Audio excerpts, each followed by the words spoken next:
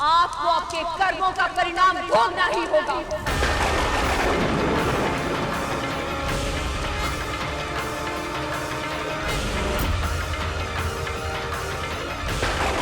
मैं हिम्मत कन्या पार्वती अपने संपूर्ण तप के बल का आह्वान करके आपको श्राप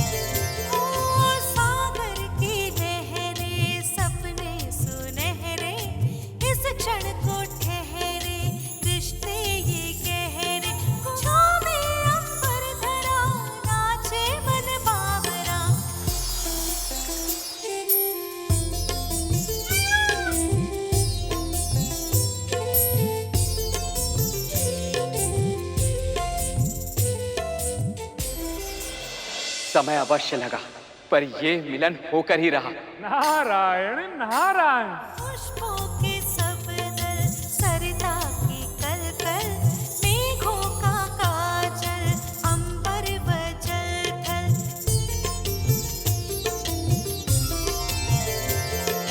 पुष्पों के सब दल, सरिता की कलकल, मेघों का काजल, अंबर व जल थल।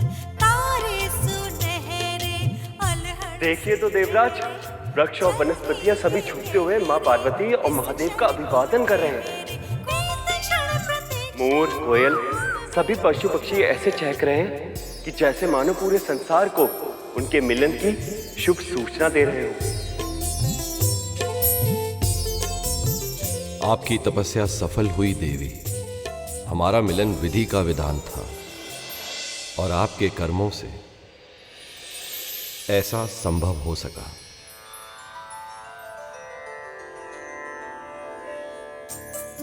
सहस्त्रों वर्षों से इतनी प्रतीक्षा करने के बाद, अनेक कठिनाइयां और चुनौतियों के बाद अब जाके हमारा मिलन हुआ है देवी।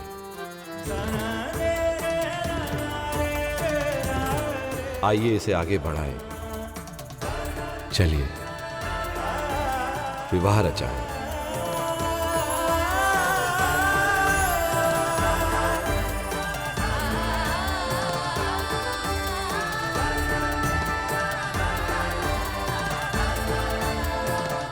मुझे क्षमा कीजिए महादेव, पर मैं ये विवाह नहीं कर सकती।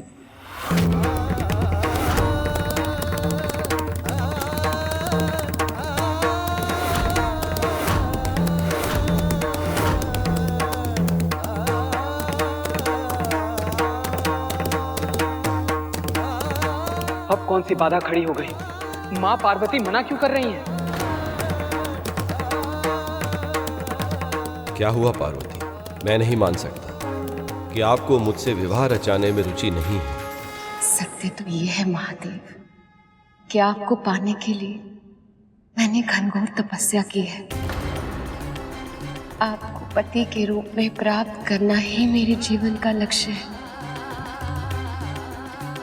पर मैं ये नहीं भूल सकती कि आपकी प्रिय होने के साथ साथ मैं अपने माता पिता की पुत्री भी हूँ। विवाह से पूर्व मायके की लाज रखना मेरा धर्म है। मुझसे विवाह के लिए आपको मेरे माता पिता से अनुमति लेनी होगी महादेव।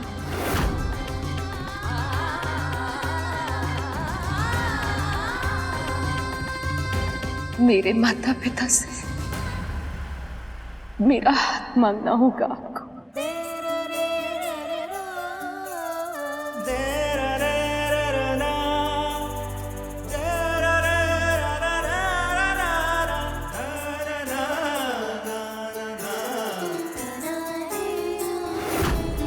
विवाह के लिए देवी पार्वती की ये विशेष मांग सुनकर महादेव और अन्य देवी देवता सब सोच में पड़ गए। परंपरा के अनुसार कन्या के पिता से वर के माता पिता हाथ मांगने जाते हैं, पर महादेव वो तो स्वयंभू है, अनादि अंतहीन। ना तो कोई उनकी माता है, ना पिता, ना कुल, ना गोत्र, ना परिवार। वो तो इन सब से परे है, इन सब से पूर्व है। वो अजन्मे आदि योगी। ऐसे में किसी को समझ नहीं आ रहा कि महादेव की ओर से महाराज हिमवंत के पास विवाह का प्रस्ताव लेकर कौन जाएगा। और तब महादेव ने गुरु वशिष्ठ और उनकी पत्नी देवी अरुंधति का आवाहन किया। हे ऋषियों में अग्रगण महर्षि वशिष्ठ, देवी अरुंधति, हम सब आपके दर्शन के प्रार्थी हैं। कृपया हमारी विनती स्वीकार करें।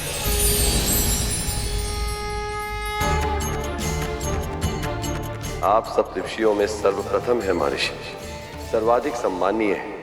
त्रेता युग में जब मेरे आराध्य श्री राम जन्म लेंगे तो आप उनके भी गुरु बनेंगे। और गुरु की महिमा तो इतनी अधिक होती है कि यदि भगवान और गुरु एक ही स्थान पर हो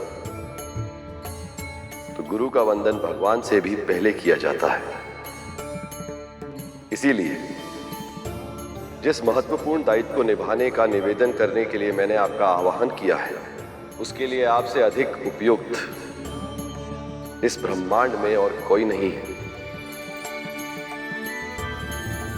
महर्षि, देवी, आप दोनों से अनुरोध है, यदि आप महाराज हिमवंत के पास उनकी कन्या पार्वती के लिए मेरे विवाह का प्रस्ताव लेकर जाना स्वीकार करें तो आप दोनों का बहुत उपकार होगा। उपकार? उपकार का तो प्रश्न ही नहीं उठता महादेव। ये तो हमारे लिए सम्मान और गौरव की बात है। हम प्रस्ताव लेके अवश्य जाएंगे।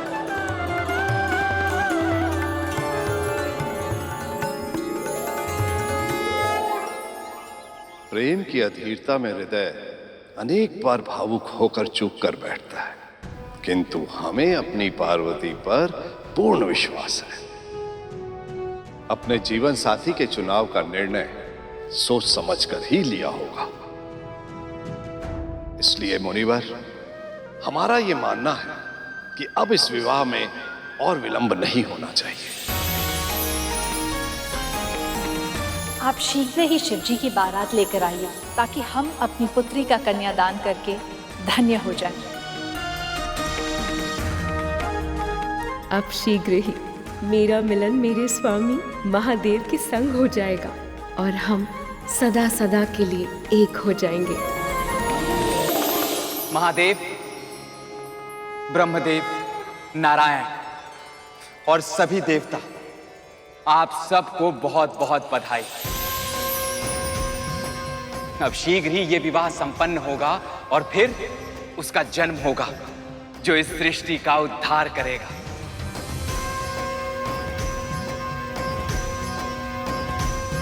ये तो आपने बहुत ही शुभ समाचार सुनाया है महर्षि।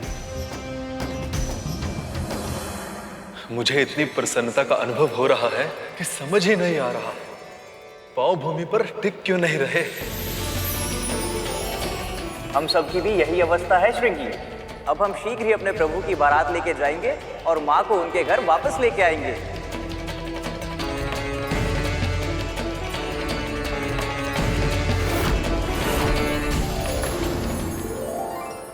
महर्षि, इस प्रसन्नता के अवसर पर आपके मस्तिष्क पर चिंता की रेखा।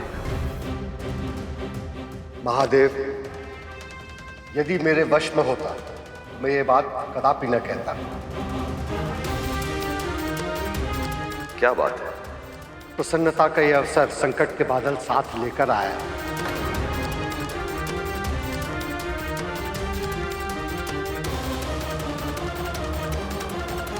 यदि महाराज हिमवंत और महारानी मैना ने देवी पार्वती का कन्यादान कर दिया तो अनर्थ हो जाएगा।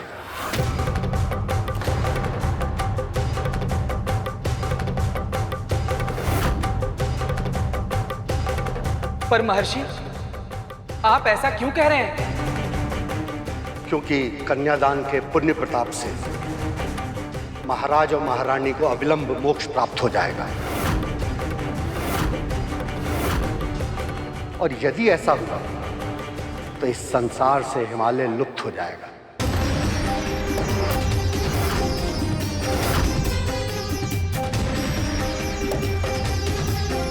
वो हिमालय जो सारी सृष्टि की तप भूमि है, जिसकी घाटियों में, जिसकी कंदराओं में, जिसकी हिम से सजी चोटियों पर हम ऋषि मुनि आश्रय पाते हैं। यदि वही हिमालय लुप्त हो गया तो हम ऋषि मुनि साधना कहां करेंगे महादेव?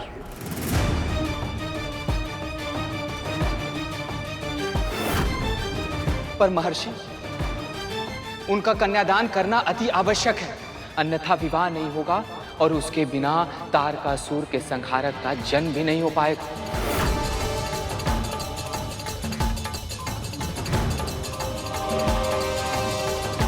यदि कन्यादान करते समय कन्या के माता पिता के मन में संशय आ जाए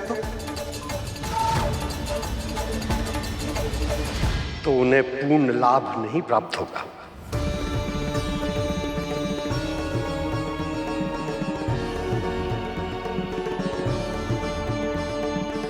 और ऐसे में महादेव का विवाह भी हो जाएगा और तपोभूमि भी सुरक्षित रह जाएगी।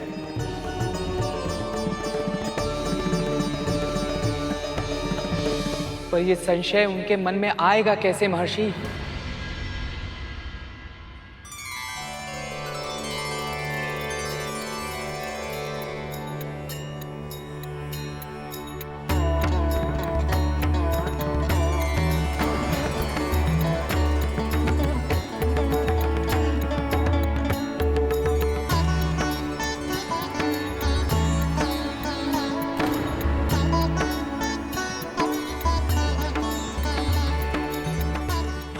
ये आप सब लोग मेरी तरफ क्यों देख रहे हैं? क्योंकि ये कार्य केवल आप ही कर सकते हैं देव ऋषि। मैं कैसे प्रभु?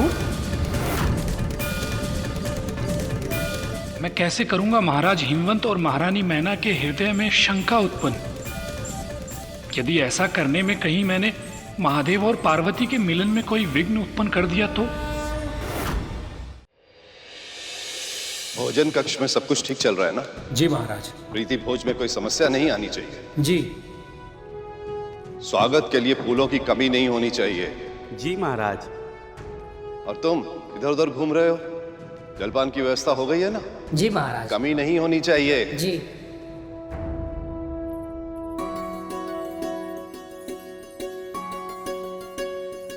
संसार के सबसे उत्तम श्रेणी के रेशमी वस्त्र और आभूषणों को तैयार रखो। और हाँ, केवल दामाद जी को ही नहीं, बारात में जितने जन आएंगे सभी को उपहार देना है हमें। शीघ्र करो, समय निकला जा रहा है।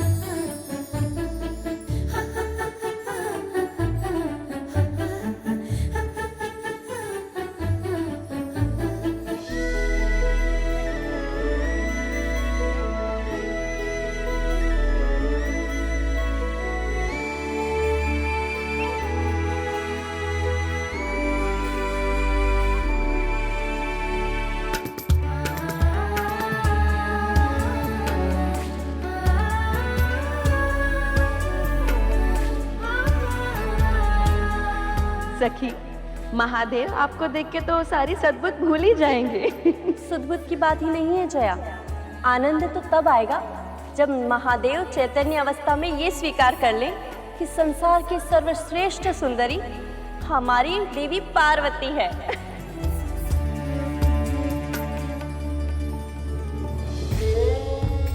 ये सुंदरता तो उनके प्रेम की है। सत्य तो ये है कि मेरे शिव ही सबसे सुंदर हैं। इसे विश्राम स्थल पर ले जाइए। नारायण नारायण। अरे देवऋषि नारद जी। पधारिए देवऋषि, आपका बहुत बहुत स्वागत है। आप ही के कारण ये संबंध हो पा रहा है, वरना मेरी पुत्री उस योगी की तपस्या क्यों करती? और तपस्या ना करती तो अपने प्रेम तक, अपने पति तक पहुंचने का मार्ग कैसे मिलता उसे? सत्य देवऋषि, आपकी इस कृपा से धन्य हो गए हैं हम। नारायण नारायण। वैसे ये बात तो सत्य कही देवी आपने। भला इस संसार में शिव के समान दिव्य और कौन हो सकता है? आप दोनों जब शिव को देखेंगे तभी ये जान पाएंगे कि आपका दामाद कैसा है। ये देवऋषि नारद के कहने का आशय क्या है? नारायण नारायण। भला इस संसार में शिव के समान दिव्य और कौन हो सकता है? आप दोनों जब शिव को देखेंगे तभी ये जान पाएंगे कि आपका दामाद कैसा है। आपके इस कथन से मेरे भीतर उत्सुकता जागृत हो रही है देवऋषि। मैंने शिवजी को कभी देखा नहीं, बस पार्वती के मुख से उनके बारे में सुना है। वो कैसे हैं देवऋषि? उनके सुदर्शन रूप का वर्णन तो मैं भी नहीं कर सकता। वैसे बारात निकल चुकी है, कुछ ही समय में यहाँ आ जाएगी। आप स्वयं ही देख लीजिएगा। आपका दामाद, आपकी पुत्री का जीवन साथी कितना अनोखा है, कितना अद्भुत है, कितना दिव्य है। इनके हृदय में शंका तो उत्पन्न कर दी है मैंने। देखते हैं इसका परिणाम क्या होगा। मेरी पुत्री ने जिसे अपना वर चुना है, अवश्य ही वो अति रूपवान होगा। साज सज्जा से सुशोभित होकर जब वो मेरी पुत्री से विवाह करने आएंगे तो समस्त सृष्टि उनके सौंदर्य को निहारती रह जाएगी।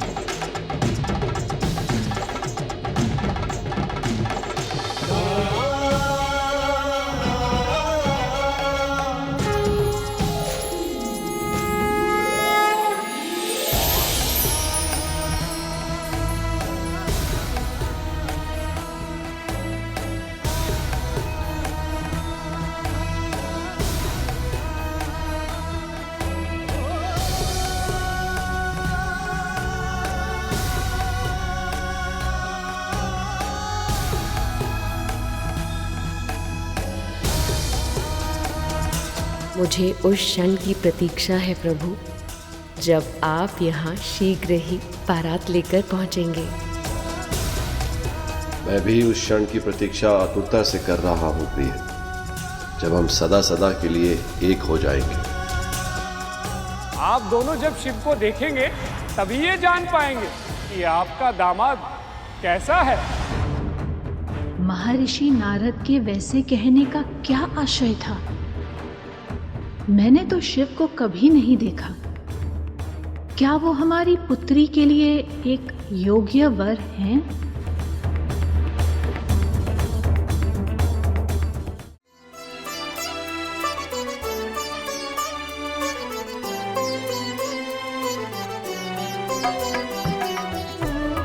सच, सारे संसार की सुंदरता जैसे आज मेरी पुत्री में समा गई। बस अब तुम्हें किसी की बुरी दृष्टि ना लग जाए।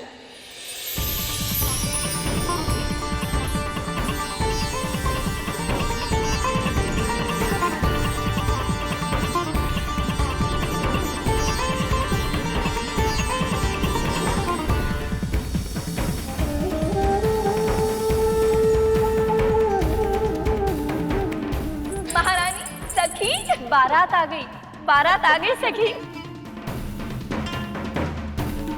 जिनके भाग्य में साक्षात सुंदरता की ये देवी है, वो मेरे दामाद स्वयं कैसे दिखते हैं, मैं भी तो देखूं जरा।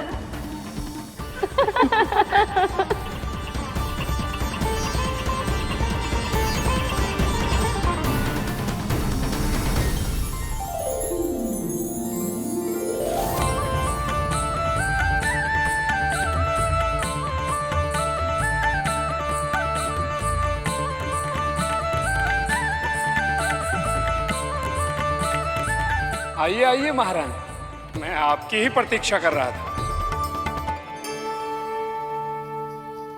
देवऋषि, आपने तो कहा था कि शिवजी बड़े दिव्य और अनोखे हैं। क्या इन सभी दिव्य ऋषि में से कोई एक है वो? ये तो सप्त ऋषि हैं महारानी, शिव तो इनसे भी अधिक दिव्य हैं।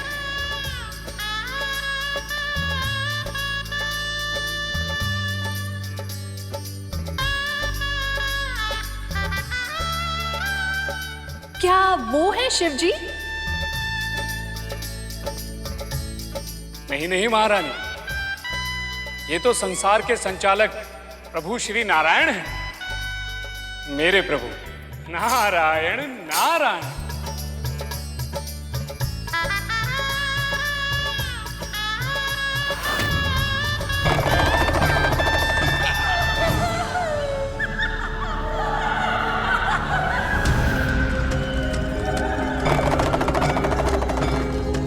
हे भगवान, कौन है ये सब? ये तो शिव के गण हैं महारानी। भूत प्रेत, पिशाच निशाचर, अघोरी पशु, और ये सब शिव को बहुत ही अधिक प्रिय हैं। इसीलिए तो स्वयंभू शिव भूतनाथ पशुपति कहलाते हैं।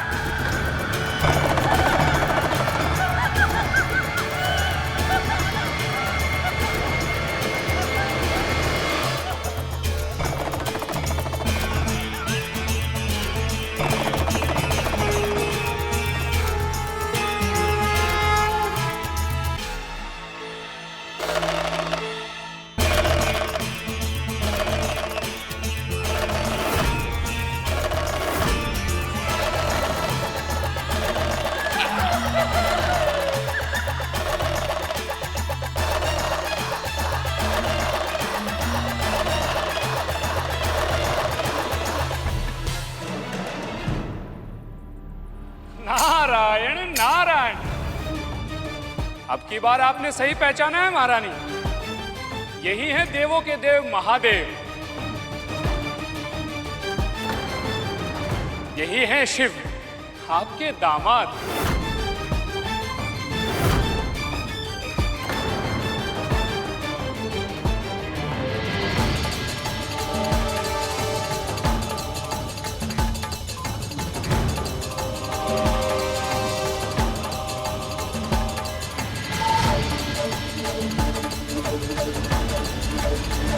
महारानी,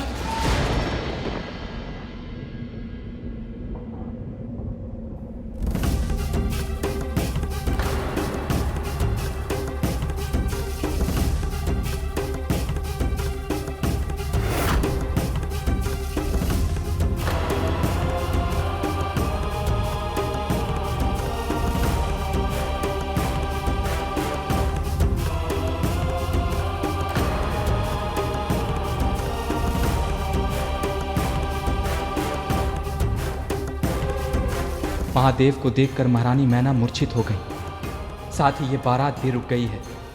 हे प्रभु, अब क्या होगा?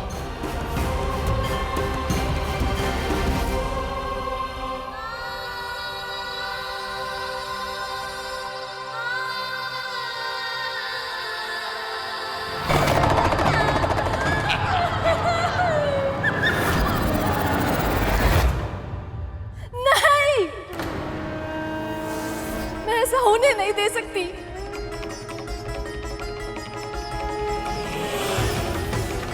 पार्वती, तुम और शिवजी एक दूसरे से बिल्कुल अलग हो। उनका रहन सहन, जीने का ढंग, उनका स्वभाव कुछ तुमसे भिन्न है पुत्री। मैंने महारानी के मन में संशय तो उत्पन्न कर दिया, किंतु कहीं ये शंका इस विवाह में विघ्न का कारण ना बन जाए। विवाह के बाद ऐसे ससुराल में तुम्हारे लिए रह पाना संभव कैसे हो पाएगा? ऐसे व्यक्ति के साथ तुम कैसे सुखी रह पाओगी पुत्री? नहीं नहीं, मैंने जो देखा है मैं उसे नहीं भुला सकती। मैं ये विवाह नहीं होने दे सकती। माँ माँ माँ, मैं आपकी चिंता समझती हूँ, पर मेरे लिए शिव और उनका हर रूप सच्चा है, सुंदर है, वो बहुत पवित्र है माँ, बहुत दूर है दिखावे से। आप जानते हैं ऐश्वर्य और वैभव उनके दास हैं, पर फिर भी साधारण जीवन जीते हैं। वो अपनी सारी इच्छाएं त्याग चुके हैं, अपनी इंद्रियों पर विजय प्राप्त कर चुके हैं। उनकी जीवन संगिनी बनकर जीवन के पथ पर उनके साथ चलना मेरे लिए सौभाग्य की बात होगी माँ। ये तुम क्या कह रही हो पार्वती? मेरी बात को समझ क्यों नहीं रही हो? आप ही समझाइए ना इसे।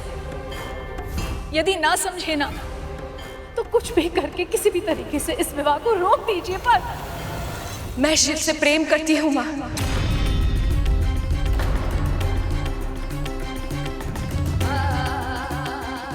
एक बार मेरी मन की भावनाओं को समझने का प्रयास कीजिए माँ।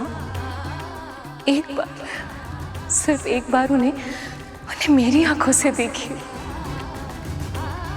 और उसके बाद भी यदि आपको लगा कि उनका साथ मेरे लिए उचित नहीं है तो आप जो कहेंगी मुझे स्वीकार होगा।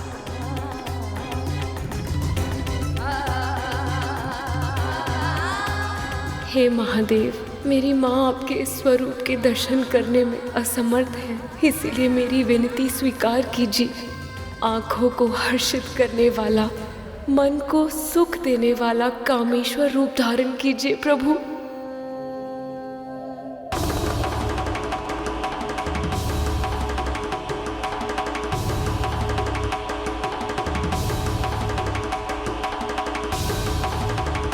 अब कौन सी नई करवट ले रहा है संसार का भाग्य?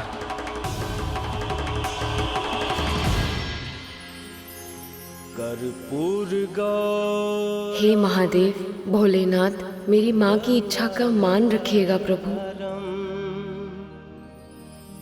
हे प्रिय, आपकी माता की इच्छा का मान ना रखकर आपका अपमान कभी नहीं होने दूंगा मैं।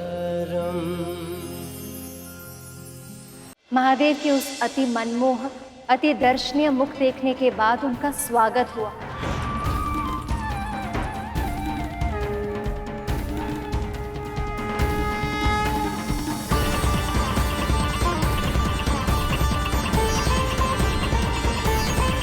महाराज हिमवंत और महारानी मैना,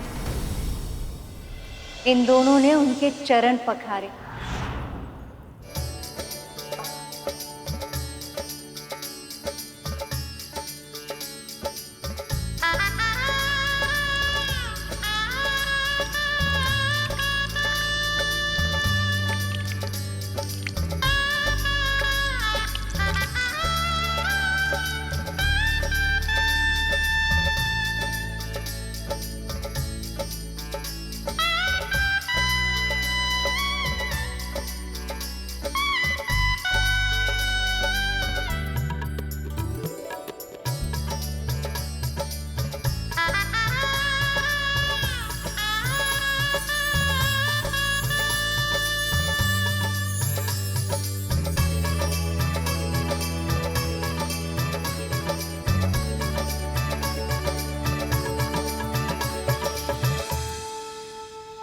वर वधू एक दूसरे को वरमाला पहनाइए।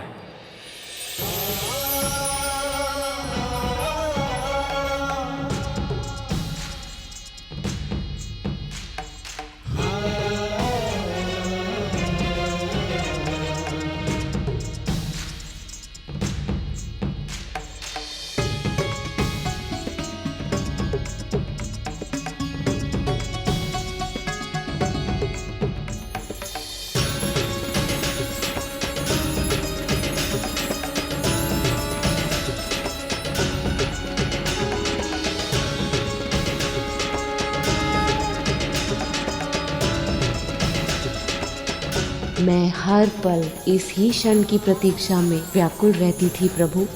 मैं भी बड़ी आतुरता से इस क्षण की प्रतीक्षा कर रहा था प्रिय। आप ही मेरी शक्ति है, आपके बिना मैं अपूर्ण था। देवी पार्वती और महादेव ने अग्नि के सामने फेरे लिए और एक दूसरे को जयमाला पहनाई। इस प्रकार उनका विवाह संपन्न हुआ और 10 दिशाओं में प्रसन्नता छा गई।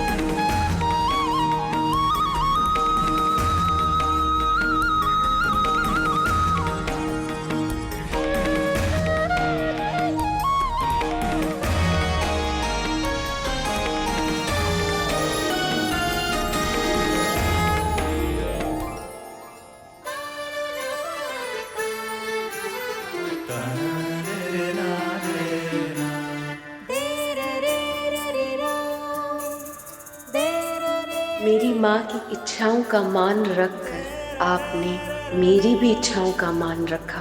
इसके लिए आपका धन्यवाद स्वामी। इसमें धन्यवाद कैसा प्रिय? ये तो मेरा कर्तव्य है। और इस तरह देवी पार्वती और महादेव ने एक दूसरे का सम्मान रखकर संसार के समक्ष एक आदर्श जीवन साथी होने का प्रमाण रखा। फेरे संपन्न हुए। अब आप दोनों अपना स्थान ग्रहण कीजिए, बैठिए।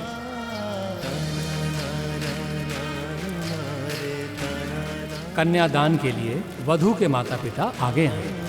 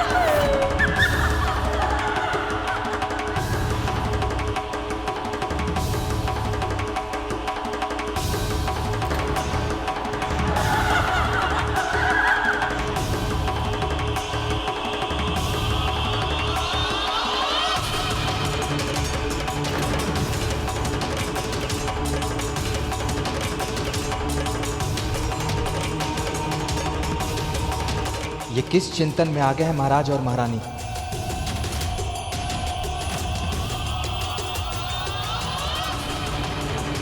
महारानी मैना और महाराज हिमवंत पुनः हिचक रहे थे प्रभु।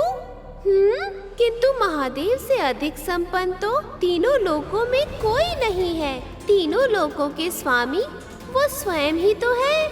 और अब तो ये बात वो दोनों भी जानते थे, फिर किस कारण चिंतित थे वो प्रभु? ये सब महर्षि नारद की करनी का परिणाम था मूषक जी। पर प्रभु, वैसे तो महादेव और देवी पार्वती के विवाह में अड़चन उत्पन्न हो गई, परंतु इस शंका के कारण महाराज हिमवंत और महारानी मैना ने विवाह रोक दिया। तो ये क्या हो गया मुझसे?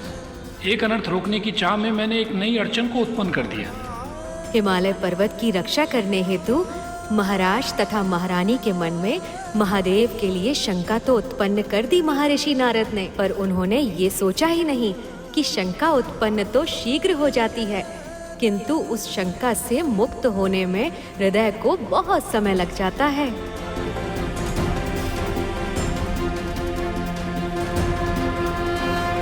तारकासुर ऋषियों से अपनी पूजा करा करा के दिन प्रतिदिन और भी ज्यादा शक्तिशाली होता जा रहा है।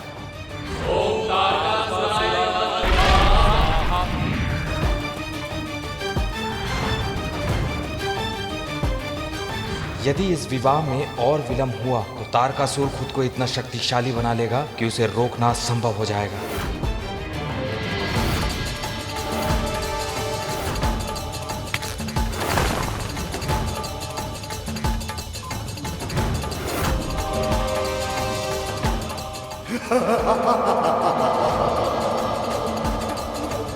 अपनी पुत्री पार्वती का हाथ शिव को सौंपने से पहले दोनों पति पत्नी के मन में शिव की पुरानी छवि उभर आई, पर उस कामेश्वर रूप का दर्शन करके दोनों ने अपने मन को शांत किया और फिर संशय के साथ कन्यादान किया।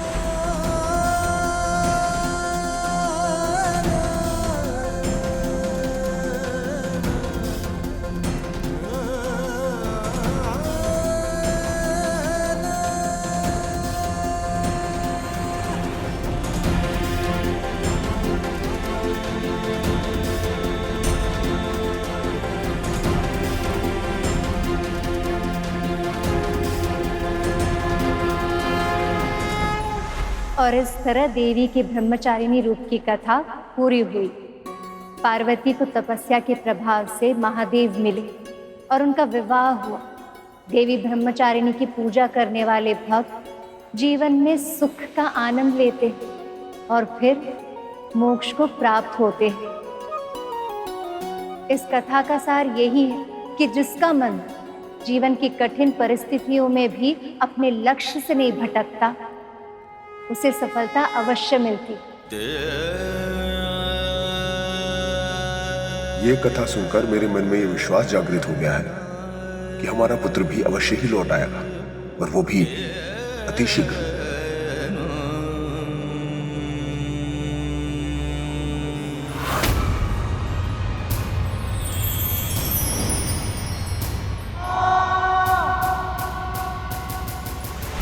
मेरे अहंकार के कारण मैंने प्रभु का वाहन बनने का एक महान अवसर व्यर्थ कर दिया था, किंतु इस व्रत को पूरा कर पुनः उस अवसर को जीवित करने का प्रयास करूंगा मैं। चलिए देवी ब्रह्मचारिणी की आरती करते हैं।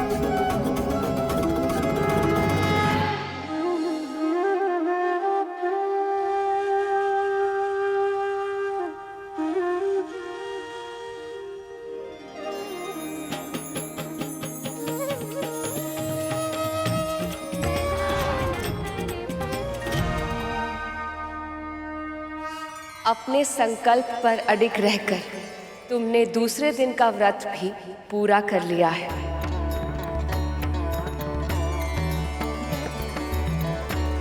पर ध्यान रहे गरुड़, केवल भूखे रहने से और पूजा पाठ करने से व्रत सफल नहीं होता। वो तभी सफल होता है जब साधक अपनी इंद्रियों पर पूरी तरह से नियंत्रण प्राप्त कर ले और मन से, वचन से, कर्म से किसी को भी कष्ट ना पहुंचाए। आपकी हर सीख मेरे लिए जीवन का दर्शन है माँ। आपके हर आज्ञा का पालन अवश्य करूंगा।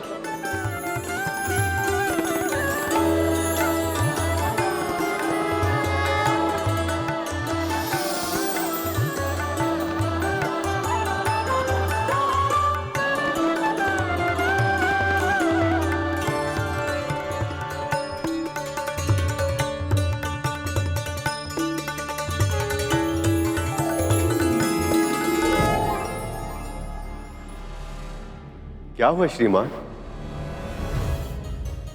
भाभी जी, आप दोनों क्या सोच रहे हैं? पता नहीं क्यों आज बहुत दिनों बाद मन में फिर एक आशा की किरण जाग उठी है भैया जी। क्या ऐसा संभव है कि माँ भगवती हमारी भूख क्षमा करके हमारा खोया हुआ पुत्र हमें वापस लौटा दे?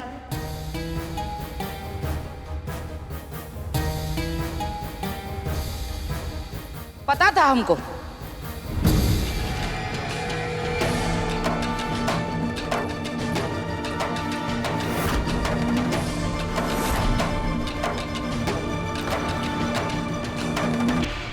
ये विचित्र स्त्री कौन है प्रभु, जो कथा के मध्य में विघ्न की तरह आ गई? मूषक जी, यही तो है जिसने शास्त्री जी के जीवन में विष घोला है।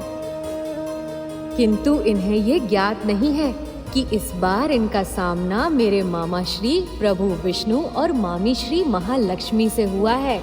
अब क्या करेगी ये और क्या करेंगे मामा श्री?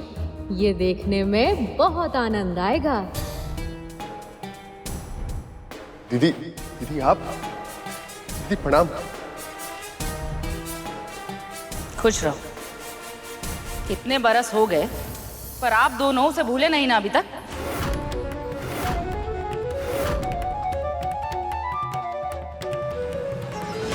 अब जैसे ही हमें पता लगा कि आप दोनों के घर में कथा हो रही है, हम तो चौंक गए। अब हमें तो यही ना लगता था कि पुत्र के जाने के बाद आप दोनों का जीवन जैसे नीरस हो गया हो। फिर अचानक से ये हृदय परिवर्तन कैसे छूटे? हृदय परिवर्तन नहीं दीदी, ये तो इन भले मानुसों की संगत का प्रभाव है।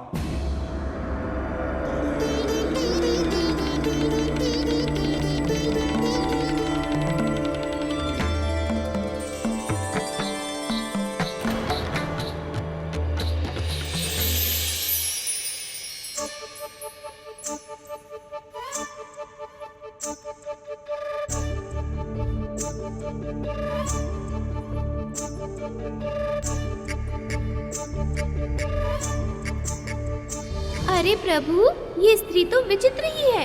अब ये ऐसे क्या विचित्र संकेत कर रही है? वो मामी श्री को उनके पाँव छूने का संकेत कर रही है। क्या उनके पाँव, जिनके समक्ष समस्त संसार नतमस्तक होता है? विनाश काले विपरीत बुद्धि।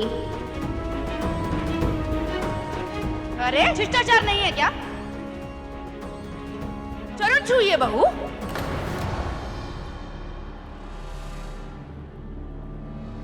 परंतु बड़ी तो ये है माँ जी। माँ जी नहीं, बुआ जी कहिए। इनकी बड़ी बहन है आप। हाँ।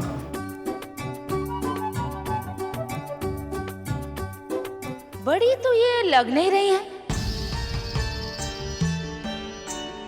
आयु क्या होगी आपकी भला? आपकी जितनी होगी। वास्तविकता तो ये कि जो सदैव प्रसन्न रहते हैं उनकी आयु का पता नहीं चलता।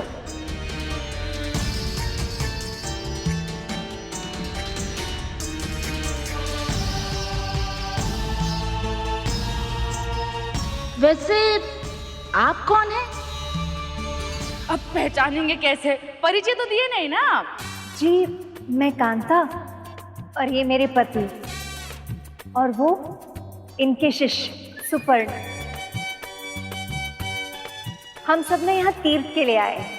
हाँ हाँ दीदी। और कहाँ से आए हैं आप लोग? केदारनाथ से।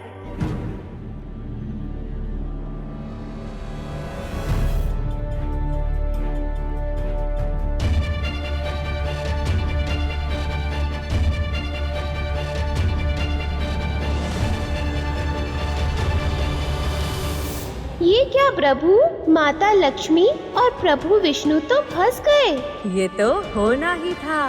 मामा श्री के मुख से तो वैकुंठ ही निकलेगा ना, उनका निवास स्थान जो है। हैं? मतलब दोनों पति पत्नी अलग अलग स्थानों से आए हैं, ऐसा कैसे? ओहो माँ जी। बुआ जी, ये वैकुंठपुरी में रहते हैं। अनेक तीर्थों के दर्शन करने के लिए निकले। यात्रा अमरनाथ से आरंभ हुई थी और अब बस केदारनाथ के दर्शन करके सीधे यहीं आए हैं।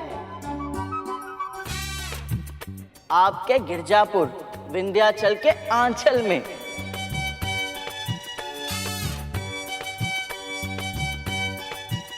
इनका तीर्थ यात्रा करना उचित भी है, आयु जो हो गई है। किंतु आप तो युवक हैं, आप इनके साथ क्यों भटक रहे हैं?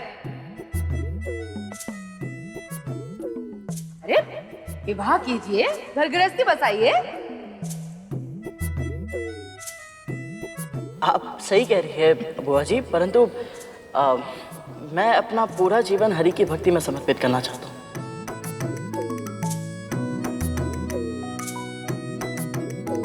पागले हो गए हैं क्या? है? इस युवा में हरि भजन करेंगे? आपके परिवार ने नहीं रोका आपको? नहीं नहीं, मेरी माँ ही मुझे हरि भक्ति की प्रेरणा देती है। बड़ी विचित्र है आपकी माँ। ही नहीं है। तभी तो ऐसे अपरिचित लोगों के साथ आपको संसार के धूल छानने के लिए भेज दिया है ना।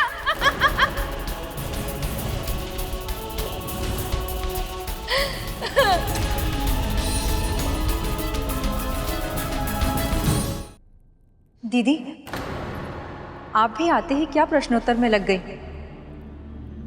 अभी अभी घर में इतनी अच्छी कथा संपन्न हुई है। आप प्रणाम कीजिए और भोग ग्रहण कीजिए। ये बहन जी इतना अच्छा भोग बनाती हैं जैसे अमृत हो। मैं अभी भोग ले आई।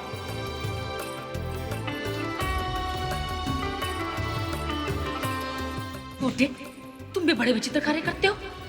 पहले पुत्र को घर से निकालने से पहले नहीं सोचा, और अब अपरिचितों को घर के भीतर लाने से पहले। अरे ऐसे ही अतिथि बनकर आते हैं और फिर घर वालों को बाहर निकाल के घर पर नियंत्रण कर लेते हैं।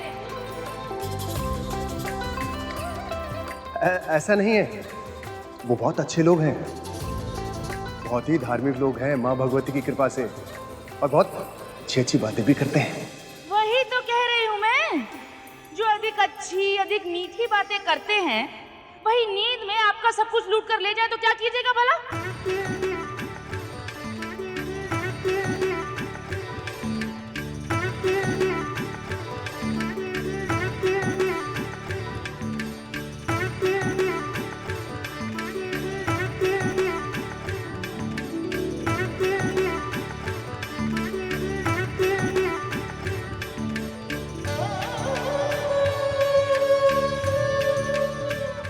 तो सचमुच बहुत अच्छा बनाई है ये।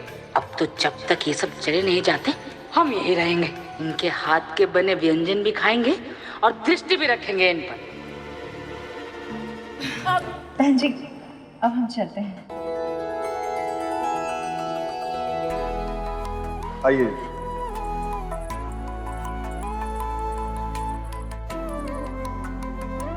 माँ, प्रभु, बुआ जी तो बहुत ही नकारात्मक बातें करती है। यदि ये कथा में आई तो इनके विष से कोई ना कोई विघ्न अवश्य पड़ेगा, और कथा का वातावरण भी दूषित हो जाएगा।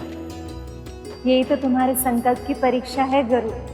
इस संसार में व्रत करना इसलिए इतना कठिन है क्योंकि यहाँ तरह तरह के व्यक्ति होते हैं और वो तरह तरह की कठिनाई उत्पन्न करते हैं। जितने व्यक्ति किसी अच्छे कार्य में साथ देते हैं उससे कई अधिक व्यक्ति उसमें बाधा उत्पन्न करते हैं।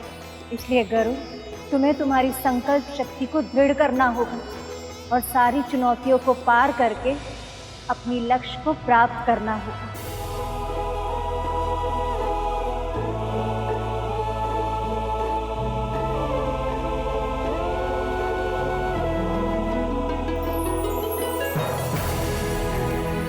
हे माँ, मुझे शक्ति दीजिए ताकि मैं इस परीक्षा में सफल हो पाऊं।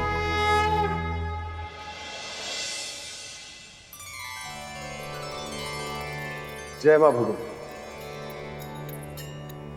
जय माँ विंध्यवासिनी, जय माँ भगवती। वो बुआ जी नहीं आई आज? जी, वो कल की कथा के बाद तनिक थक गई थी तो आज विश्राम कर रही। हम आज की कथा प्रारंभ करें माँ भगवती की कृपा से। तो अब वो नहीं आएंगी। चलो भला टली। वैसे आज प्रभु विष्णु और माता लक्ष्मी कौन सी कथा सुनाने वाले हैं प्रभु? वही जिनके आगमन से जीवन में अलौकिक ऊर्जा का अनुभव होता है।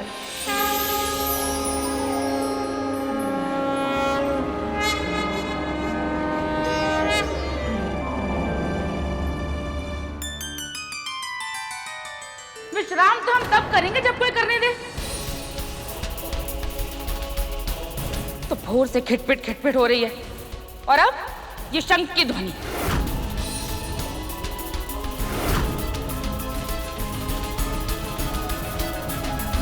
प्रभु, बुआ जी को तो किसी भी वस्तु या व्यक्ति से प्रसन्नता ही नहीं, ऊपर से किसी को भी अपमानित करने का कोई अवसर नहीं छोड़ती। सत्य कहा मूषक जी आपने। हम लोगों से या स्थान से पीछा छुड़ा सकते हैं, किंतु अपने कर्मों से नहीं। बुआ जी को भी उनके कर्मों का फल अवश्य मिलेगा। कीजिए, आराम कीजिए। अब उपवास तो हम रख नहीं पाएंगे, तो कथा अवश्य सुनेंगे। जी।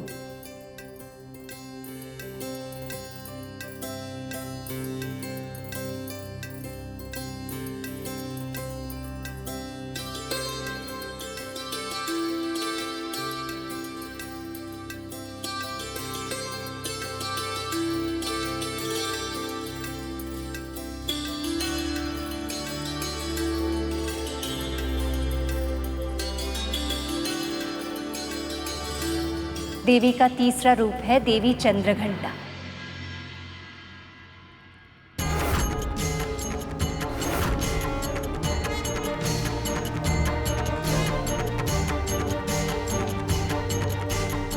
नवरात्रि के तीसरे दिन इनकी पूजा की जाती है। इनकी पूजा करने वाले भक्त को इस मायावी संसार में रहकर भी अलौकिक वस्तुएं दिखाई देती, अलौकिक ध्वनि सुनाई पड़ती है।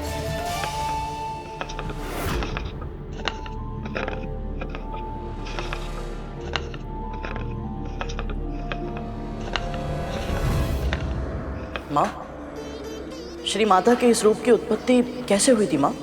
सब प्रसन्नता से झूम रहे थे, आने वाले सुखद भविष्य की कल्पना से सब आनंदित थे। पर एक व्यक्ति ऐसा भी था जो महादेव और देवी पार्वती के इस विवाह से प्रसन्न नहीं, क्रोधित था।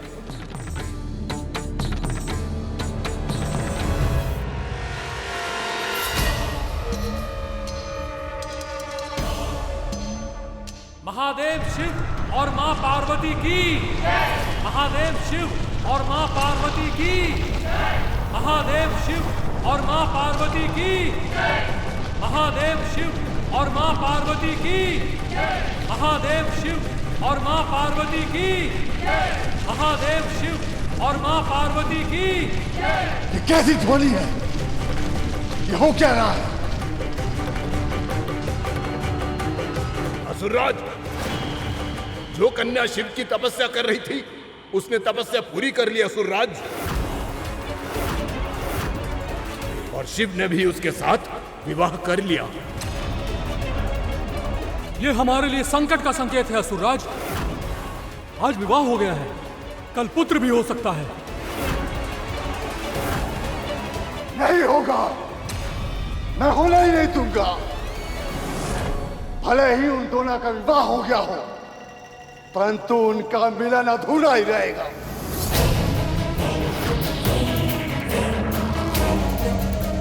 असुरों, इससे पहले कि शिव और पार्वती के गृहस्थ जीवन का आरंभ हो, हमें पार्वती के प्राण लेने होंगे। उसके आंखों की जीवन ज्योति बुझानी होगी।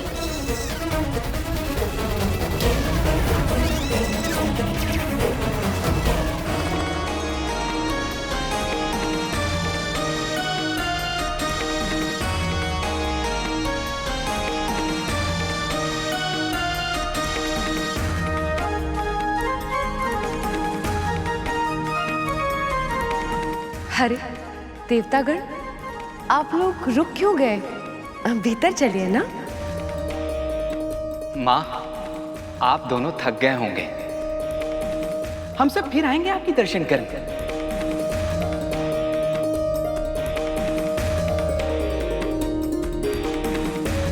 देवराज इंद्र अपने कर्तव्य से विमुख नहीं रह सकते। अवश्य ही इन्हें कोई आवश्यक कार्य होगा।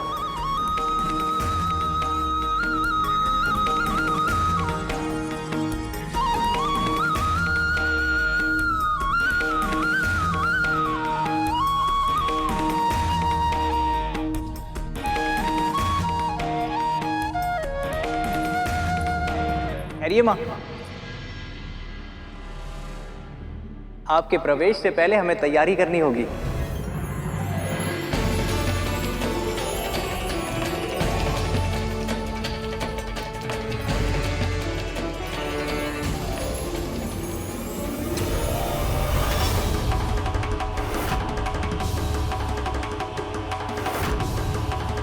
इस स्थान की दशा तो बहुत खराब है, क्योंकि वर्षों से इस स्थान का ध्यान रखने वाला कोई था ही नहीं।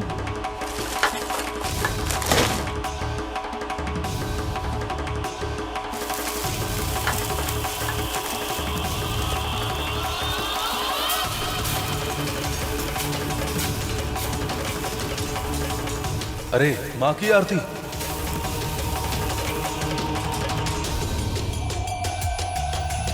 अरे माँ की आरती। ये थाल मुझे दो श्रृंगी, इसकी स्मृति पहले मुझे हुई थी। क्षमा कीजिए नंदी जी, आपने तो केवल सोचा था, इसे अपने हाथों में मैंने उठाया, इसलिए माँ और प्रभु की आरती तो मैं ही करूंगा। ये अधिकार मेरा है श्रृंगी। अधिकार उसी का है नंदी जी जो पहल करे।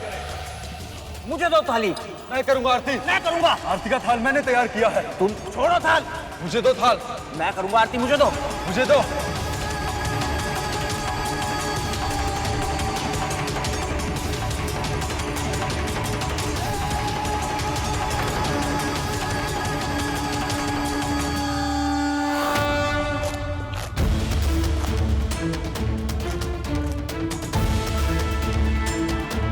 बस करो।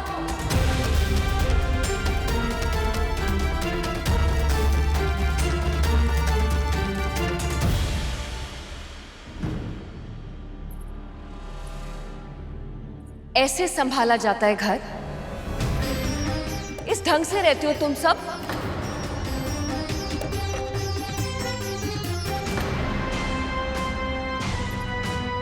ये क्या है?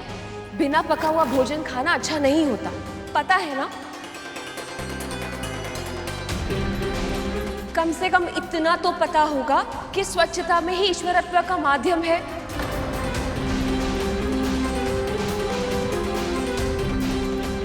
देवी, आपसे पहले इस स्थान पे ऐसा कोई नहीं था जो ये सब बातें इन्हें सिखा सके, इन्हें बता सके। पर अब मैं यहाँ आ गई हूँ, अब कोई मनमानी नहीं चलेगी।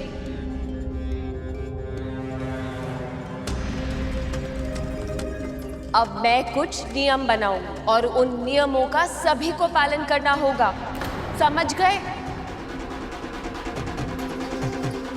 आपको भी।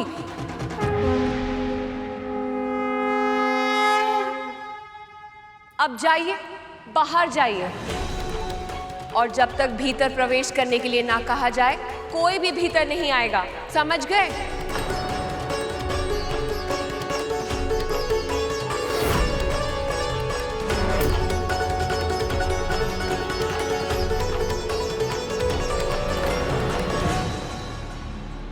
अरे जाइए।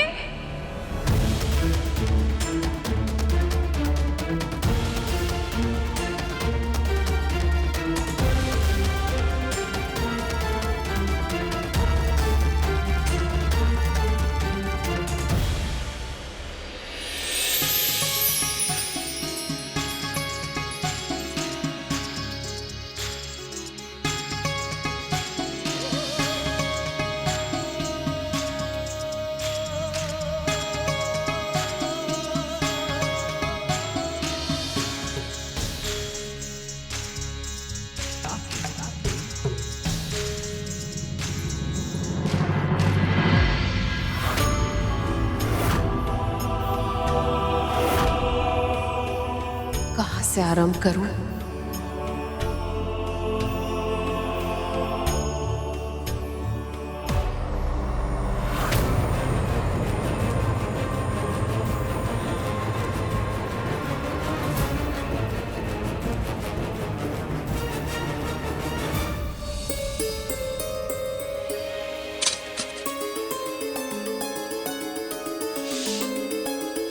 घर केवल दीवारों और छत से घिरा कोई स्पंदहीन स्थान नहीं होता। परस्पर प्रेम के माध्यम से एक दूसरे के जीवन को और भी अधिक श्रेष्ठ बनाने का आधारशिला होता है घर। और घर की महिमा होती है स्त्री से। वही घर का प्राण होती है, वही जीवन का आधार होती है। नियमों की दीवारों में बांधकर वो निवासियों को महत्व सिखाती है। देवी पार्वती भी इस समय वही कर रही थी।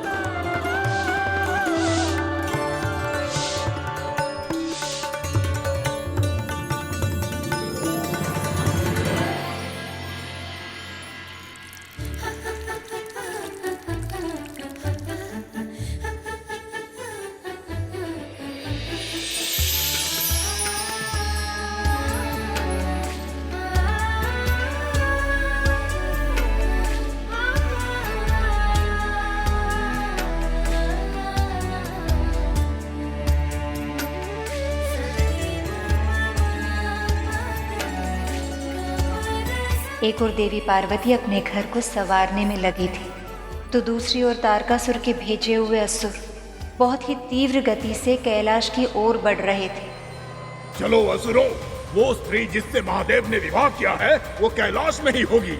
आज उसका अंत करके महाराज तारकासुर को प्रसन्न कर देंगे हम।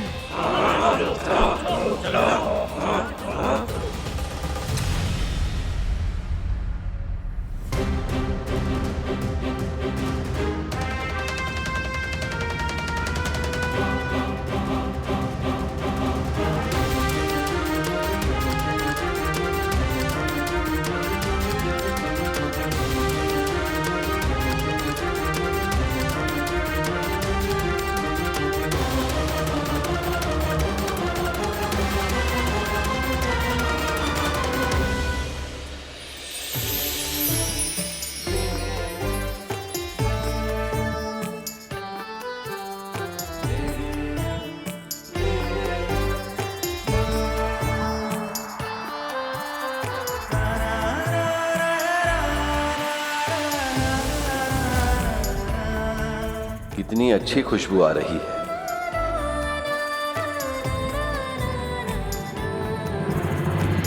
कब जाएंगे हम भीतर? मैं भी यही सोच रहा हूँ श्रृंगी। माँ को इतना समय क्यों लग रहा है?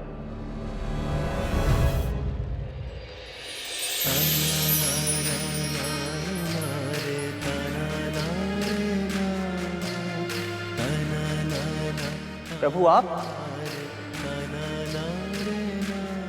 इतनी पवित्र सुगंध, जैसे हवन किया हो।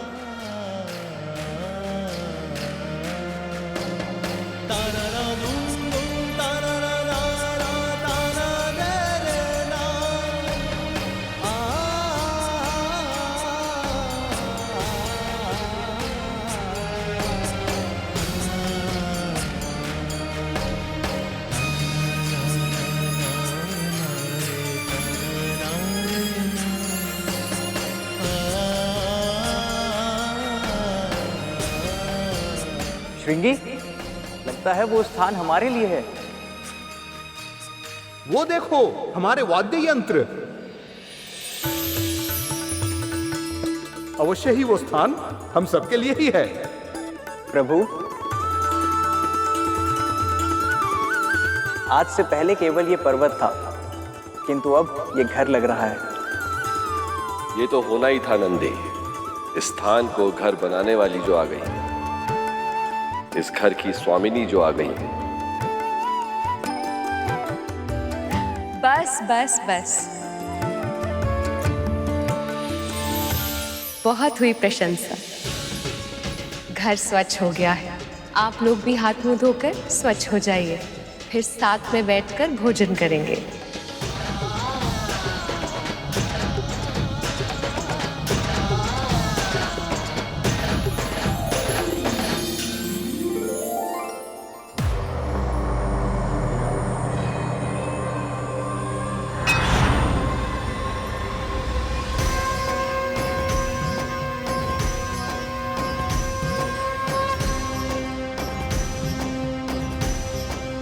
ये भोग स्वीकार कीजिए स्वामी।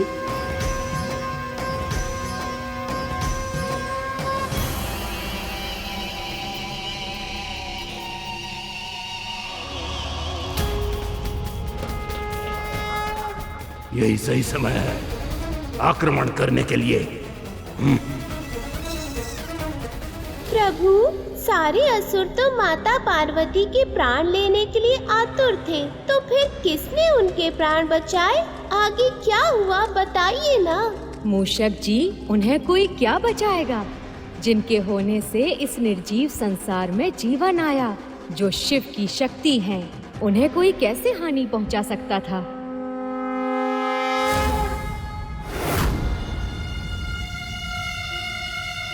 ऐसा क्यों लग रहा है जैसे मेरे गुरु पर कोई संकट आने वाला है?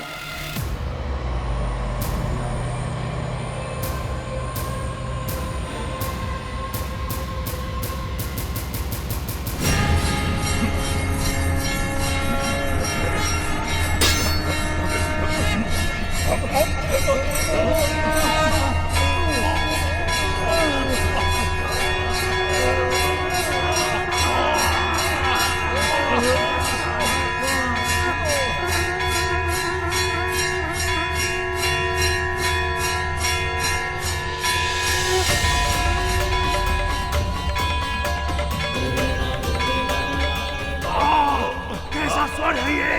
कोई रोको इसे!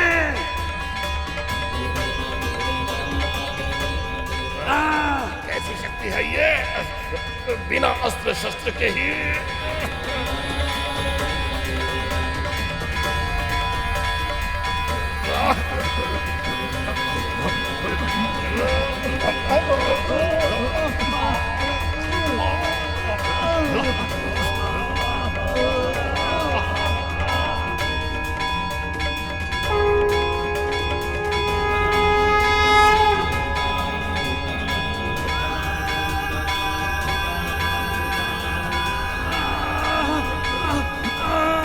कैसा स्वर है ये?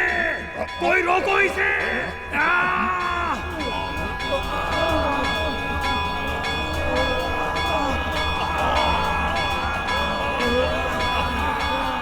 इस लीला से देवी पार्वती ने सृष्टि के समक्ष स्त्री शक्ति का एक नया उदाहरण रखा।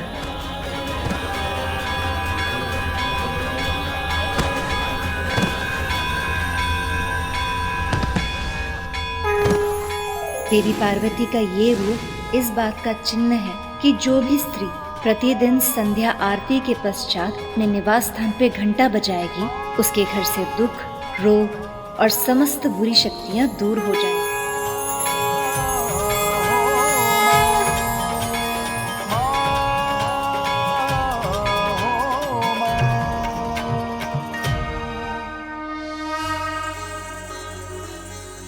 अद्भुत पार्वती, आपके इस घंटे की ध्वनि से संपूर्ण वातावरण में एक अलग सी ऊर्जा उत्पन्न हो गई है। ऐसा प्रतीत होता है जैसे सब कुछ पहले से भी शुद्ध हो गया हो।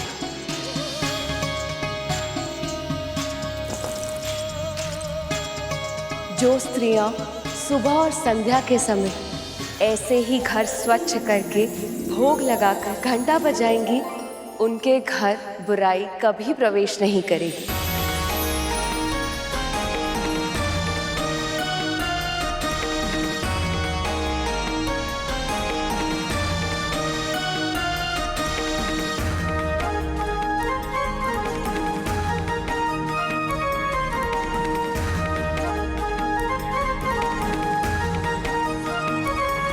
आरंभ करो।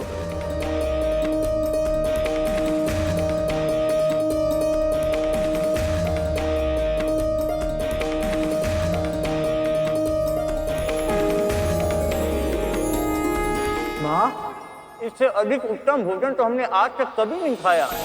हाँ माँ, आज पोषण हमारे तन को नहीं, हमारी आत्माओं को मिल रहा है। और इस प्रकार से माँ के इस रूप को जो नाम मिला है वो है चंद्रघंटा।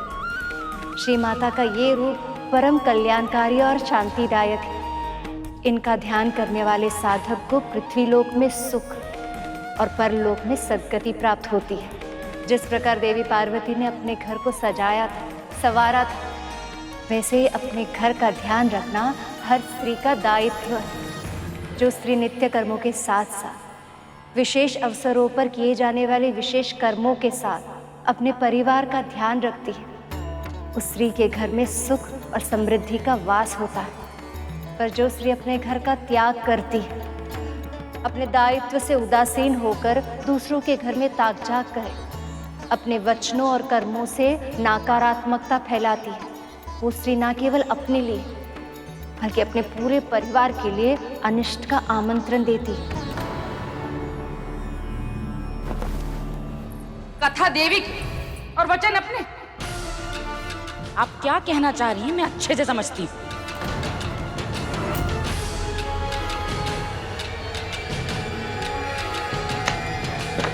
दीदी, कथा सुनने के बाद आरती लिए बिना नहीं जाते।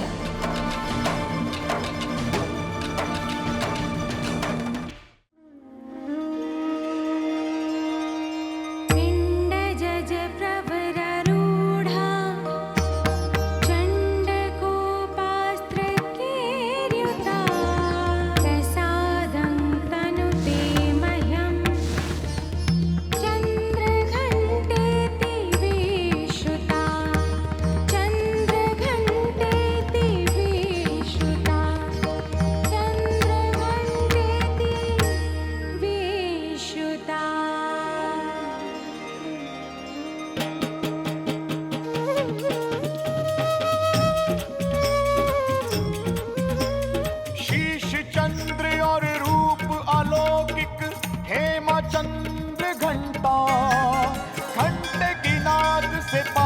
विनाशे हरती सारी विपदा है माँ, हरती सारी विपदा है माँ, हरती सारी विपदा।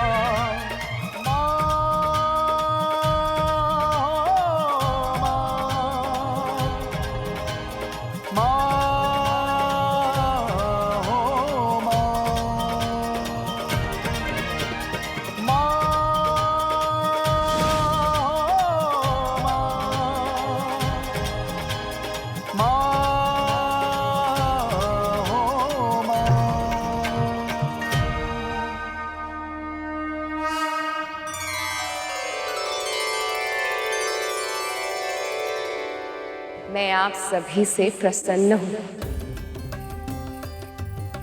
गरुड़, विष्णु का वाहन बनने के लिए तुम्हारे व्यवहार में वीरता के साथ साथ सौम्यता और विनम्रता का होना भी आवश्यक है। मैं तुम्हें वरदान देती हूँ, इन सभी गुणों का तुम में समावेश हो।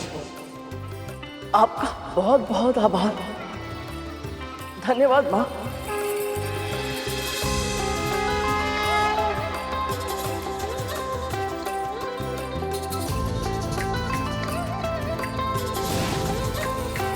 प्रभु, तो क्या वो क्षण आ गया जिसकी गरुड़ को प्रतीक्षा थी? क्या गरुड़ अब तैयार है विष्णु जी का वाहन बनने के लिए?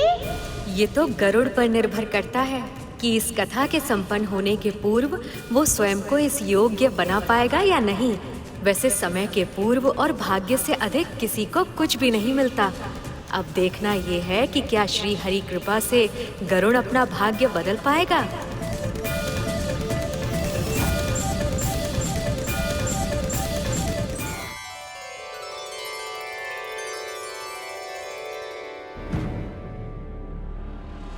क्या हुआ श्रीमान?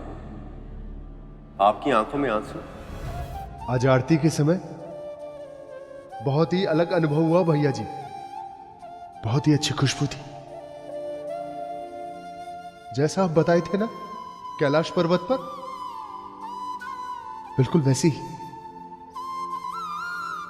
न केवल सुगंध, बल्कि हमें तो नूपुर का स्वर भी सुनाई दिया। हो सकता है ये हमारा भ्रम हो, लेकिन हमें आज पहली बार स्वयं मां के होने का आभास हुआ। आप लोगों के कारण ही संभव हो पाया है भैया जी। हमें कुछ भी करने का सामर्थ्य नहीं है बहन जी। जो होता है या जो हो रहा है वह सब श्री माता की इच्छा से ही होता है, और जो भविष्य में भी होगा वह सब भी उनकी इच्छा से ही होगा।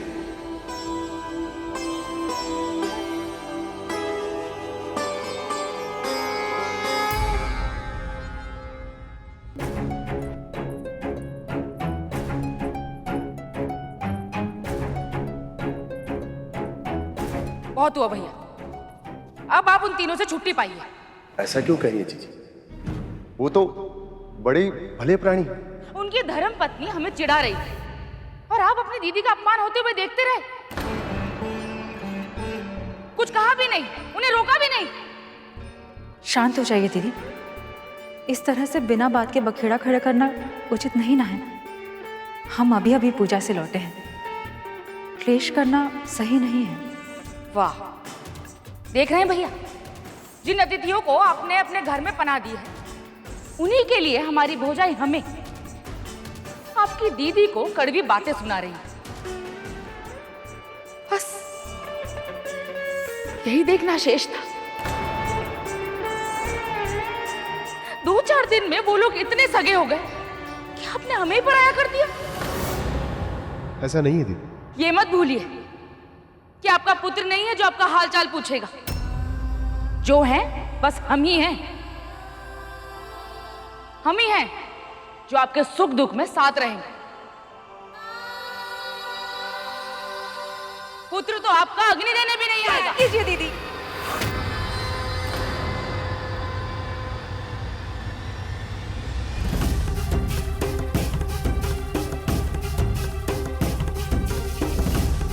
आप जाइए यहां से। हमने कहा ना, आप चाहिए यहां से।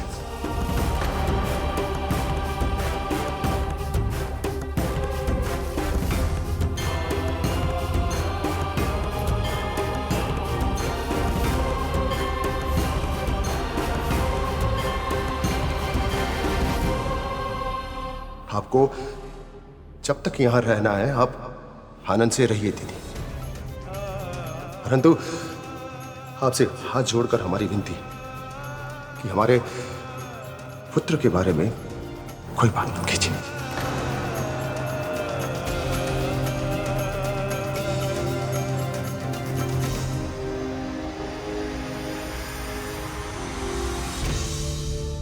आप दोनों के बाद ये सारी संपत्ति हमारी होने वाली है। ऐसा पक्का प्रबंध करेंगे ना कि इसे हमसे कोई भी छीन नहीं पाएगा, कोई भी नहीं।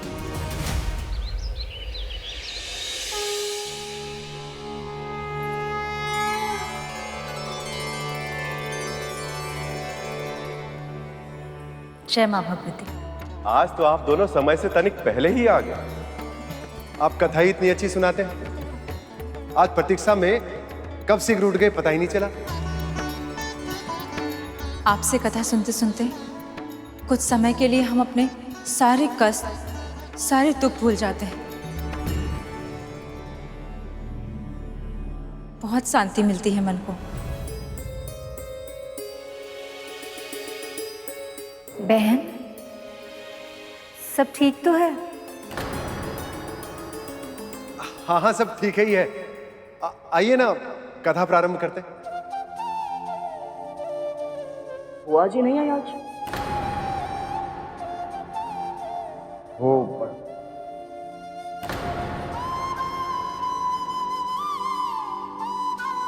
कथा का समय बीतता जा रहा है, उन्हें आना होगा तो आ जाएंगे। हम आरंभ करते हैं, है ना? ठीक।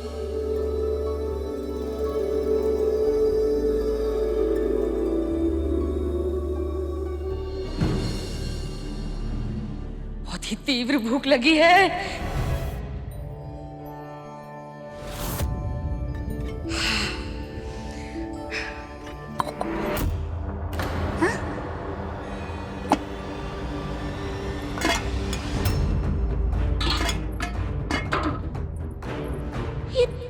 ये सारे पात्र तो रिक्त पड़े हुए हैं। हमें लगा था कि ये दोनों कून अतिथियों के यहाँ सिर्फ कथा सुनने जाते हैं, पर अब लग रहा है कि इन्होंने व्रत भी करना आरंभ कर दिया है। तभी तो न चूल्हे में अग्नि है, न पात्रों में भोजन। पर अब हम क्या करें? हम तो यहाँ आए इसलिए थे कि अपने घर का कार्य ना करना पड़े। अब लगता है कि भोजन भी स्वयं ही बनाना पड़ेगा। तब तक जल्द से ही काम चला लेते हैं।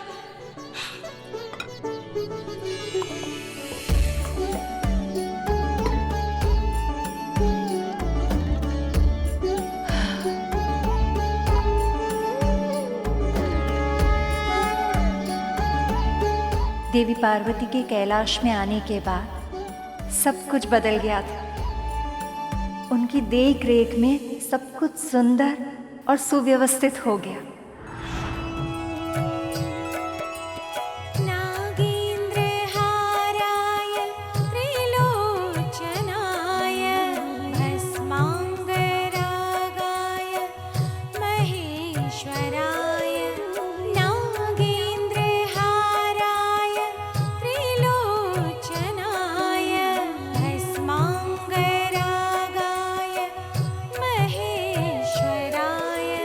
नित्यानंदाय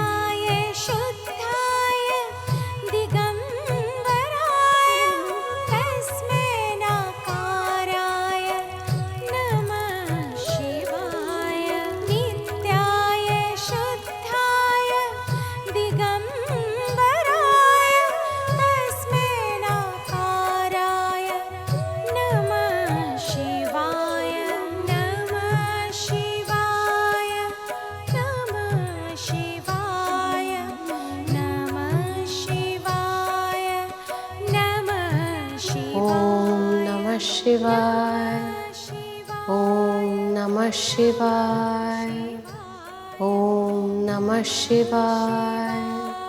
देवी पार्वती के इस रूप में उनकी कृपा दृष्टि से दसों दिशाओं में सृजन की प्रक्रिया सक्रिय होने लगी। वृक्ष, वनस्पतियां, पेड़, पौधे सब कुछ फल फूल रहे थे, जिसका जन्म इस सृष्टि के लिए अभूतपूर्व है। शिव और शक्ति का पुत्र देवराज इंद्र की अपेक्षाएं इन सब संकेतों को देखकर अपने चरम तक पहुंच गई थी। पर सत्य तो ये है कि ये सृष्टि की सारी रचना माता ने बहुत पहले से ही शुरू की थी। यही है इनका चौथा रूप, माँ कुष्मांडा, माँ कुष्मांडा, माँ कुष्मांडा। कहा जाता है कि जब चारों ओर अंधकार था, न सृष्टि का अस्तित्व था, न प्रकाश की कल्पना, तब इन्हीं माता ने अपने मुस्कान से सारी ब्रह्मांड की रचना की।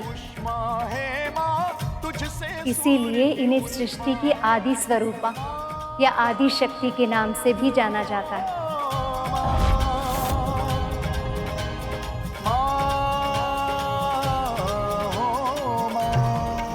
माँ कुष्मांडा का निवास सूर्य के स्तोत्र में होता है। वही है सूर्य देवता की अग्नि का स्तोत्र। उन्हीं की मुस्कुराहट से इस पूरे संसार का जन्म हुआ है। इसका ये अर्थ ये भी है कि पुरुष का संसार स्त्री के मुस्कान से ही फलता फूलता है। पर जिस घर में स्त्री दुखी हो, सुख और शांति का वास वहाँ संभव नहीं। इसलिए स्त्री की इच्छा को प्राथमिकता बनाना हम पुरुषों का दायित्व। आप बहुत बुरी माँ है। मैंने आपसे बुरी माँ आज तक नहीं देखी। अरे रहने दीजिए। पुत्र तो आपका अग्नि देने भी नहीं आया। कीजिए दीदी। आप जाइए यहाँ से। हमने कहा ना, आप जाइए यहाँ से। भगवान, अनेक बार क्रोध किए हैं हम आप, न जाने कितनी बार आपको हमारी आवश्यकता थी,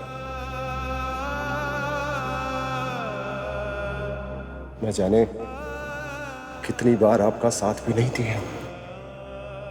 बस कीजिए। कभी कभी तो हमें अचरज होता था कि आप पुरुष कब समझ पाएंगे हम स्त्री को, कब जानेंगे कि क्या छिपा है हमारे मन में।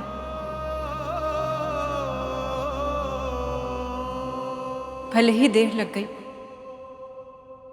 पर आज आपको इस बात का आभास हो गया है। हमारे लिए इतना ही पर्याप्त है।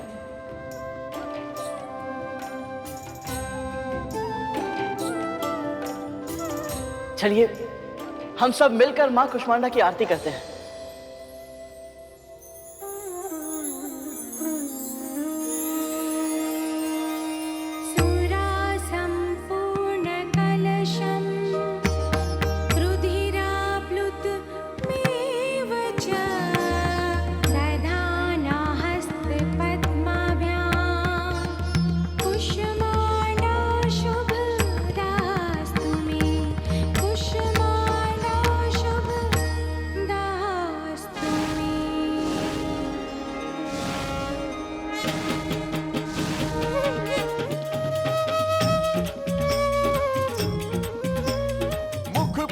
अद्भुत तेज प्रभा है, हे माता कुष्मांडा।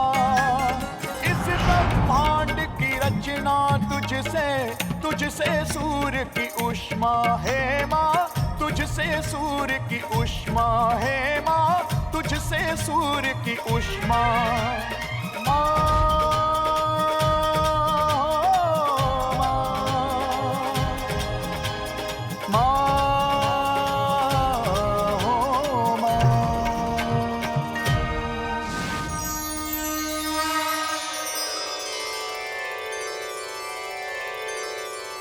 मैं आपकी भक्ति से प्रसन्न हूँ।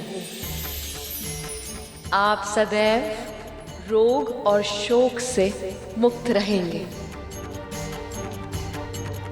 यही मेरा वरदान है।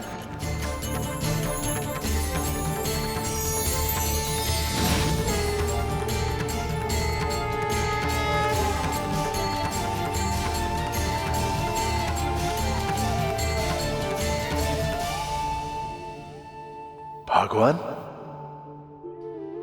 हमें मां का स्वर सुनाई दिया। क्या आपको भी? पर यह कैसे संभव हो सकता है? क्या हमारे शोक से हमें मुक्ति मिल सकती है? हम भी इसी उलझन में हैं स्वामी। हम दोनों के दुख का कारण तो एक ही है, हमारे पुत्र का हमसे दूर होना।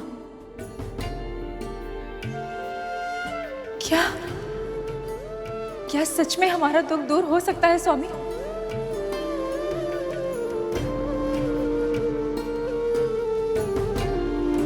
प्रभु, उन्हें माता के दर्शन नहीं हुए, पर उन्हें माता के होने का आभास तो हुआ। किंतु उन्हें ये कब ज्ञात होगा प्रभु कि उनके संबंध में खटास उनकी बहन के कारण है? उनके दुख कब दूर होंगे प्रभु? मूषक जी, उनका दुख दूर करने हेतु ही मामा श्री ने कथावाचन के लिए उनका निवास स्थान चुना। और जैसे जैसे उन्हें माता के भिन्न भिन्न दिव्य स्वरूप के बारे में ज्ञात होगा, वैसे वैसे उन्हें अपनी पीड़ा और समस्या का समाधान भी मिलता जाएगा। अब देखना ये है कि उन्हें अपनी समस्या के जड़ का भान कब होगा। नवरात्रि के 5वें दिन हम देवी के स्कंद माता की रूप की कथा सुनेंगे। स्कंद का अर्थ होता है कुमार कार्तिकीय। प्रभु गणेश के भाई कार्तिक जी। हाँ सुपर, हम इस कथा में देवी पार्वती के उस स्वरूप को देखेंगे जब उन्होंने पूर्णता का आभास किया, जब वो माँ बनी। कीजिए कीजिए कीजिए कीजिए, जितने व्रत और पूजा कर सकते हैं कीजिए। व्रत और तप करने से पुत्र तो लौट कर नहीं आएगा, किंतु आपके भीतर का अपराध बोध जरूर कम हो जाएगा। मां होकर भी पुत्र की रक्षा नहीं कर पाई ना आप इतने कड़वे वचन क्यों कहती है बुआ जी? ऐसा है बुआ के भतीजे जी कि हमने जो कहा अपनी भौजाई को कहा और अपने भाई के सामने कहा, तो आपने बीच में कुछ क्यों कहा? आप होते कौन हैं? क्या अधिकार बनता है आपका? आपके व्यक्तिगत विषय में हस्तक्षेप करने का अधिकार हम में से किसी को नहीं, पर मनुष्यता तो यही कहती है कि दुख में साथ दिया जाए, ताने नहीं। सेवक तो सेवक, अब स्वामी जी भी ज्ञान देने लगे। आपकी ये मीठी मीठी बातों में ना मेरे भाई भौजाई जरूर फंस सकते हैं, किंतु मैं चतुर, मैं आपकी बातों में नहीं आने वाली। सुपर, ये व्रत का समय है, किसी के भड़काने पर क्रोधित होकर अपने व्रत को नहीं छोड़ना चाहिए।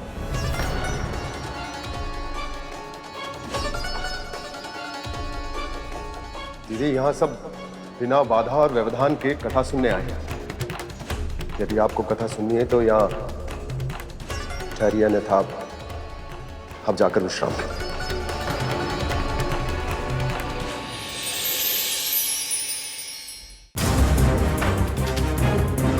नहीं नहीं, अब कथा सुनने आए हैं तो कथा सुन के ही जाएंगे।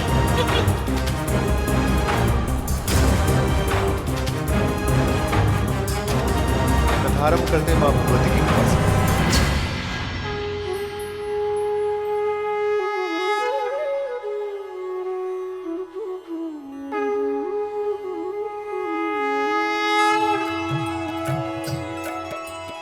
नागेन्द्रहाराय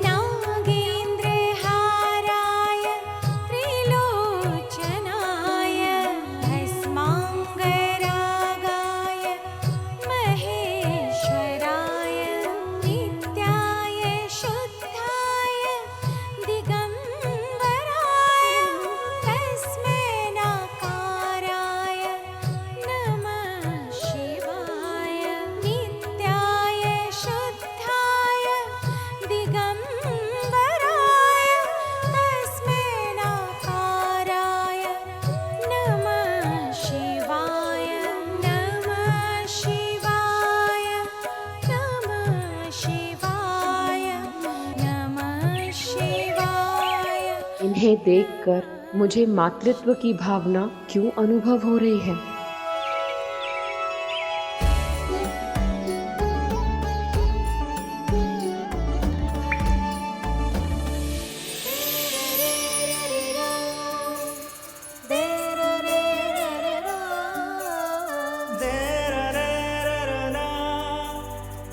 मुझे लगा था कि आपको पाने के बाद मेरे मन में कुछ और पाने की कामना जन्म नहीं लेगी, पर आज मुझे आभास हो रहा है कि मेरे हृदय की गहराई में एक और इच्छा छिप कर बैठी है।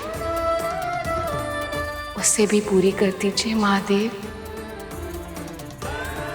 मुझे पुत्रवती होने का वरदान दीजिए।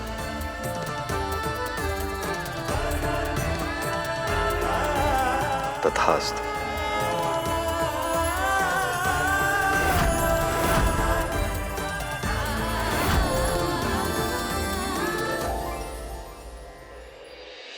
प्रभु, इसका अर्थ ये हुआ कि आपके ज्येष्ठ भ्राता कार्तिकेय की लीला भी इस कथा के साथ सुनने को मिलेगी। हाँ मूषक जी, मैं भी आपकी भांति अत्यधिक उत्सुक हूँ भ्राता कार्तिकेय की लीला को सुनने हेतु। किंतु उनके जन्म से सभी इतने प्रसन्न नहीं थे। एक ओर सभी देवताओं में असुरक्षा का भाव उत्पन्न हो गया था, तो दूसरी ओर उनके जन्म से माँ भी पिताश्री से रुष्ट हो गई थी। ऐसा क्या हुआ था प्रभु? ये कथा जितनी सुखद है उतनी ही पीड़ादायक भी, विशेषकर माँ के लिए।